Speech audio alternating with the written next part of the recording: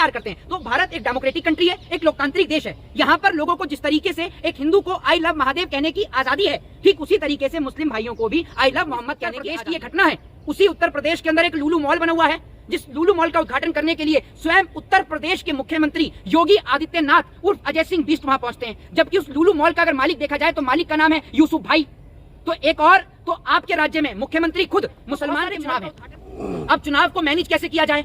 देश में इतने बड़े बड़े मुद्दे आके खड़े हो गए। एक और H1B वीजा का मुद्दा खड़ा हो गया, एक और ट्रंप के टैरिफ का मुद्दा खड़ा हो गया, दूसरी ओर मोदी जी की चाइना की यात्रा की बात खड़ी हो गई। तो इन सब बातों से ध्यान कैसे हटाया जाए? तो बात लेके आई गई बीच में मोहम्मद साहब की। जबकि आप भगवत गीता पढ़ेंगे, रामायण पढ़ेंगे या मुसलमान की कुरान या हदीस पढ़ेंगे, जब हम हिंदुओं की बात करते हैं तो वहां पर कहीं भी इस बात का जिक्र नहीं है कि भगवान श्री कृष्ण सिर्फ हिंदुओं के हैं, वो सभी के हैं। जिस तरीके से बाबा साहब का संविधान सभी का है, ठीक उसी तरीके से भगवान राम भगवान कृष्ण जितने हिंदुओं के हैं उतने मुसलमानों के, सिखों के और ईसाई के भी हैं। ठीक उसी तरीके से अगर हम कुरान की और हदीस की बात करें तो उसमें भी यह बात कहीं नहीं लिखी हुई कि प्रॉफिट मोहम्मद साहब सिर्फ मुसलमानों के हैं, वो भी सभी के हैं। इसमें कुरान की एक आयत भी तो मुझे याद नहीं आ रही है, कुछ इस प्रकार से है, अगर मैं गलत हूं तो माफ करिएगा, कि वो वामा अरसलनाका रहमतुल्लिल आलमीन, कुछ इस प्रकार से वो आयत है। ठीक है, इसका मतलब ये है कि वो पूरी रहमत के पूरी India is a democratic country. Bharat एक लोकतांत्रिक देश है और इस लोकतांत्रिक देश के अंदर सभी लोगों को अपने जाति धर्म और मजहब को मानने की, हिंदू मुस्लिम सिख ईसाई बाद में है। पहले अगर इस देश के अंदर रह रहे हैं और इस देश के तिरंगे के नीचे हैं तो सबसे पहला सवाल मोहित शर्मा, किस तरीके से आप देख रहे हैं कि आई लव मोहम्मद कहने पर जो है उत्तर प्रदेश के कानपुर में जो है मुस्लिम नौजवानों के ऊपर जो है FIR दर्ज कर दिया जाता है? क्या ये कोई खुन्नस है मुसलमानों से? बताता हूँ, सबसे पहली चीज, अगर प्रॉफिट मोहम्मद साहब की बात करने पर अगर इस देश में FIR होती है तो उस देश के अंदर FIR में देश के प्रधानमंत्री का भी नाम होना चाहिए। मैं क्यों कह रहा हूं, मैं कोई अपने मुंह से नहीं बोल रहा हूं। देश के प्रधानमंत्री देश को संबोधित करते हुए पैगंबर मोहम्मद साहब, प्रॉफिट मोहम्मद साहब का जिक्र करते हुए अपने मन की बात में कहते हैं कि ज्ञान ही अहंकार को हरा सकता है। प्रॉफिट मोहम्मद साहब का बात करते हुए उन्होंने पहले कहा कि पैगंबर मोहम्मद साहब कहते हैं कि ज्ञान ही अहंकार को हरा सकता है। तो अगर एक व्यक्ति जो प्रॉफिट मोहम्मद साहब का नाम लेता है, अगर उसके ऊपर FIR दर्ज होती है तो फिर तो प्रधानमंत्री के ऊपर तो डायरेक्ट जेल भेज देना चाहिए, क्योंकि प्रधानमंत्री तो डायरेक्ट वो बता रहे हैं कि पैगंबर मोहम्मद साहब क्या कह रहे हैं। दूसरी बात ये कि मैं हिंदू हूं और मैं अपने स्टेटस पे तमाम जगह पर और वो लिखता हूं कि I love Mahadev, I love जय माता दी। ठीक है, हम लोग लिखते हैं भाई अपने भगवानों का नाम लेके हम लिखते हैं क्योंकि हम उनसे प्यार करते हैं। तो भारत एक डेमोक्रेटिक कंट्री है, एक लोकतांत्रिक देश है। यहाँ पर लोगों को जिस तरीके से एक हिंदू को आई लव महादेव कहने की आजादी है, ठीक उसी तरीके से मुस्लिम भाइयों को भी आई लव मोहम्मद कहने की आजादी है। और देश का प्रत्येक नागरिक तो कहता है कि आई लव बाबा साहब भीमराव अंबेडकर, कि हम लोग उनको देखते हैं, उनको देखकर सीखते हैं। उनके द्वारा बनाए गए संविधान में सबको एक बराबर दर्शाया गया है। दूसरी चीज ये कि अगर इस देश में प्रॉफिट मोहम्मद साहब का नाम लेने पर FIR होती है तो वो लोगों को जेल क्यों नहीं भेजा जा रहा जो अजमेर शरीफ में चादर भेज देते हैं? देश के प्रधानमंत्री खुद अजमेर शरीफ पर चादर भेजते हैं, आपने देखा होगा। उनके साथ में किरण रिजिजू और वो जमाल सिद्दीकी दोनों मौजूद होते हैं, जो प्रधानमंत्री के द्वारा भेजी गई चादर को वहां पर चढ़ाने का काम करते हैं। फिर जिस उत्तर प्रदेश की ये घटना है, उसी उत्तर प्रदेश के अंदर एक लुलु मॉल बना हुआ है, जिस लुलु मॉल का उद्घाटन करने के लिए स्वयं उत्तर प्रदेश के मुख्यमंत्री योगी आदित्यनाथ उर्फ अजय सिंह बिष्ट वहां पहुंचते हैं। जबकि उस लुलु मॉल का अगर मालिक देखा जाए तो मालिक का नाम है यूसुफ भाई।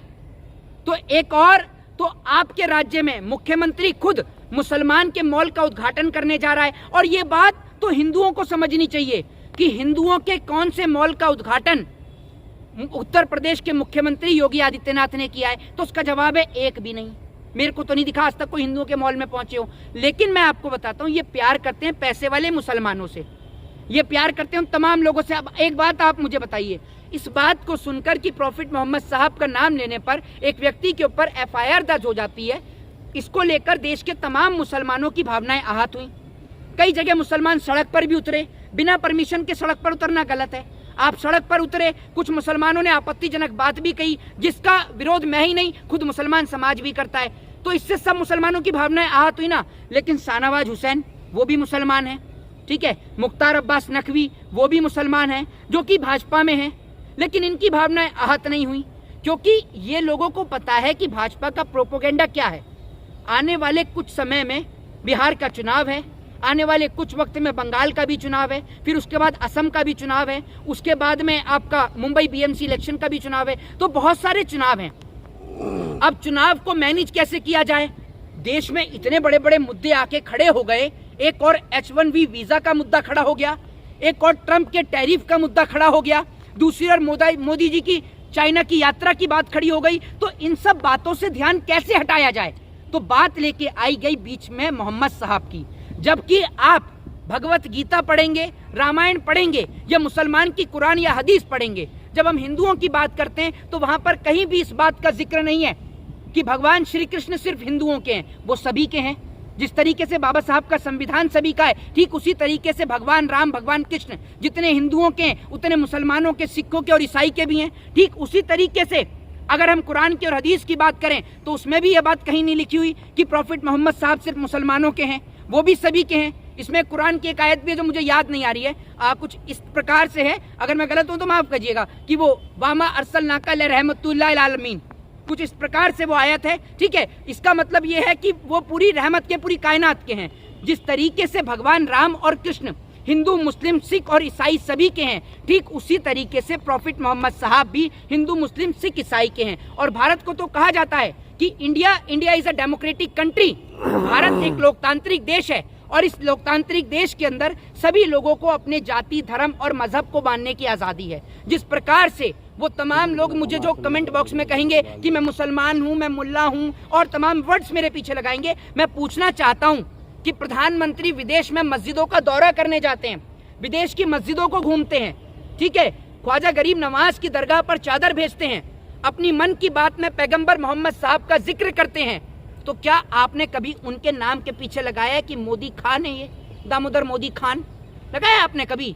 आपने नहीं लगाया। बीजेपी के बहुत सारे नेता रोजों में जाते हैं, रमजान में जाते हैं, और सबसे बड़ी चीज ये कि वो गोदी मीडिया के सड़क छाप पत्रकार जो पूरे देश के अंदर भाइयों को लड़ाने का काम करें। जी हाँ, हम हिंदू, मुस्लिम, सिख, ईसाई बाद में हैं, पहले अगर इस देश के अंदर रह रहे हैं और इस देश के तिरंगे के नीचे हैं तो सबसे पहले हम भाई हैं, और हम भाइयों को आपस में लड़ाने का काम नेता और गोदी मीडिया के पत्रकार दोनों मिलकर कर रहे हैं। ये लोग चाहते हैं कि हम लोग आपस में लड़ते रहें और इनके बच्चे विदेश में मजाक करते रहें। जिस प्रकार से नेपाल के अंदर आप आइलम मोहम्मद कह रहे हैं, क्या आपको भाजपाइयों से डर नहीं लग रहा है कि समाज से निकाल दिए जाएंगे? एक बात आप मुझे बताओ, भाजपा का जो न्यायाधीश है प्रधानमंत्री नरेंद्र मोदी, उसको किसी ने समाज से निकाला? आप तो आइलम मोहम्मद की बात कर रहे हैं, उन्होंने तो डायरेक्ट प्रॉफिट मोहम्मद साहब को लेकर बताया कि पैगंबर साहब कहते हैं कि ज्ञान ही अहंकार को हरा सकता है, तो उनको किसी ने समाज से बाहर निकाला? अंधभक्तों के मुंह पर टेप लग गई होगी, मुंह बंद हो गया होगा, होठ सिल चुके होंगे, और होठ उस वक्त में भी सिल गए थे जब योगी आदित्यनाथ अपना भगवा गमछा भूलकर वहां पर यूसुफ भाई के साथ लुलु मॉल में उद्घाटन करने पहुंचते हैं। तो अगर आप इस देश के अंदर देखेंगे, और बहुत सारी चीजें हैं, एक महिला थी जिसने पहले प्रॉफिट मोहम्मद साहब को लेकर एक स्टेटमेंट दिया था, आपने देखा था, ठीक है, जो भी नाम है वॉट एवर, हम उस पर चर्चा नहीं करेंगे। उसने पहले इसके बाद लोगों को दिखा कि अगर किसी को सस्ती और सोकॉल्ड टीआरपी चाहिए तो आप प्रॉफिट मोहम्मद साहब के लिए कुछ भी बोल दो। एक व्यक्ति, उसके ऊपर तो किसी ने नहीं बोला, सारे गोदी मीडिया के पत्रकारों के मुंह भी सिल गए। एक व्यक्ति जो अपना चैनल चलाता था, बलराज उसका नाम था, उसने हिंदुओं के देवी देवताओं को भी गाली दी, जिसकी वीडियो मैंने अपने इंस्टाग्राम अकाउंट पर डाली। उसने प्रॉफिट मोहम्मद साहब को भी कहा गलत और भगवान के देवी देवताओं को भी गाली दी, और वो भी डायरेक्ट माँ की गाली दी। लेकिन एक भी बीजेपी का पत्रकार नहीं बोला, बीजेपी का नेता नहीं बोला। बीजेपी का पत्रकार मैं इसलिए कहता हूं इनको, क्योंकि ये गोदी मीडिया के पत्रकार, मैं जिस बात पे था, ये गोदी मीडिया के पत्रकार खुद रमजान में इफ्तारी खोलने के लिए जाते हैं और बाकायदा अपने परिवार के साथ। आप डाल के देखेंगे कि गोदी मीडिया के किस किस पत्रकार ने इफ्तारी करी, तो बहुत सारे गोदी मीडिया के पत्रकार। अच्छा मोहित शर्मा, ये चीज मैं भी जानता हूं कि आप अपने धर्म से बेहद प्यार करते हैं, हर कोई करता है सर। लेकिन सवाल ये है कि आप मोहम्मद साहब को कितना जानते हैं, उनकी जीवनी के बारे में आप कुछ बताएंगे? मैं आपको एक चीज बताता हूं, मैंने राम और कृष्ण को भी पढ़ा है। जिस तरीके से आज हमारे देश में लोग छुआछूत के नाम पर, जात पात के नाम पर एक दूसरे को मारते पीटते हैं, ठीक उसी तरीके से राम इसके अगेंस्ट थे। कभी राम ने लोगों को बांटा ही नहीं, राम ने तो सबरी के झूठे बेर खाए। और सबरी कौन थी, मैं आपको सबको बताया, जितने भी हिंदू धर्म के लोग हैं, सब सबरी के बारे में मैं वही बता रहा हूँ आपको, बताता हूँ, पहले सुन लीजिए सर। तो मैं आपको बताता हूँ, सबरी जो है वो बेर झूठे करके रख देती थी, कि इसलिए कि उसको पता था कि एक दिन जब राम यहाँ से गुजरेंगे तो वो उन बेरों को खा के देखती थी, जो मीठे बेर होते थे वो राम के लिए रखती थी। तो वो प्रभु श्री राम थे जिन्होंने कभी लोगों को नहीं बांटा। अब प्रॉफिट मोहम्मद साहब वो भी ठीक इसी तरीके से थे। एक महिला जो उनके ऊपर कूड़ा फेंक रही है दिन प्रतिदिन। जब भी मोहम्मद साहब निकल कर जा रहे हैं उनके ऊपर कूड़ा फेंक रही है, लेकिन अगर एक दिन वो महिला उनके ऊपर कूड़ा नहीं फेंकती तो वो उसका हाल जानने के लिए उसके घर चले जाते हैं और पूछते हैं कि माँ तेरी तबीयत ठीक है, क्या हुआ। तो वो उनका जीवनी थी, वो उनका परिचय था। और इसी बात से आपको उनके बारे में अनुभव हो जाएगा कि जो व्यक्ति अगर कोई उनका विरोध कर रहा है या उनसे ईर्ष्या कर रहा है या उनसे घृणा कर रहा है या उनसे नफरत कर रहा है, उस नफरत के जवाब को भी प्यार और मोहब्बत से देना प्रॉफिट मोहम्मद साहब का नाम है। जी, जय हिंद, जय संविधान। एक मोहित शर्मा